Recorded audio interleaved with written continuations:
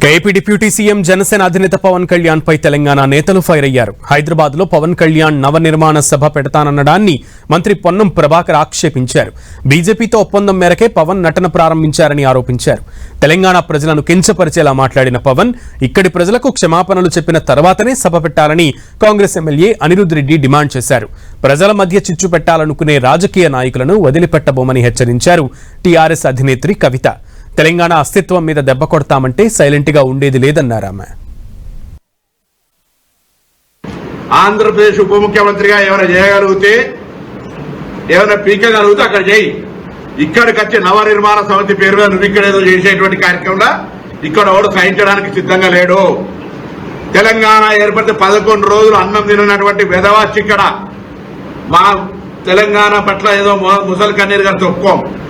తెలంగాణ వాతావరణాన్ని కలుషితం చేయాలి అనేటువంటి రేటు ఫిక్స్ చేసుకుని భారతీయ జనతా పార్టీ తోటి తెలంగాణలో ఈ నటన స్టార్ట్ చేసిండు. తెలంగాణలో కళ్ళు దృష్టి పడితే కోనసీమ కొబ్బరి చెట్లు ఎండిపోతున్నాయి అనేటువంటి వాడిని ఇక్కడ మనం ఎంటర్టైన్ చేస్తే ఇది దౌర్భాగ్యమైనటువంటి పరిస్థితి.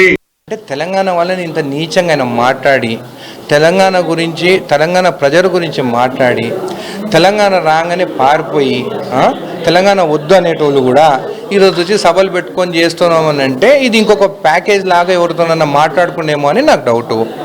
ఎందుకంటే ఆయన ప్యాకేజ్ స్టార్ అని అందరు అంటారు.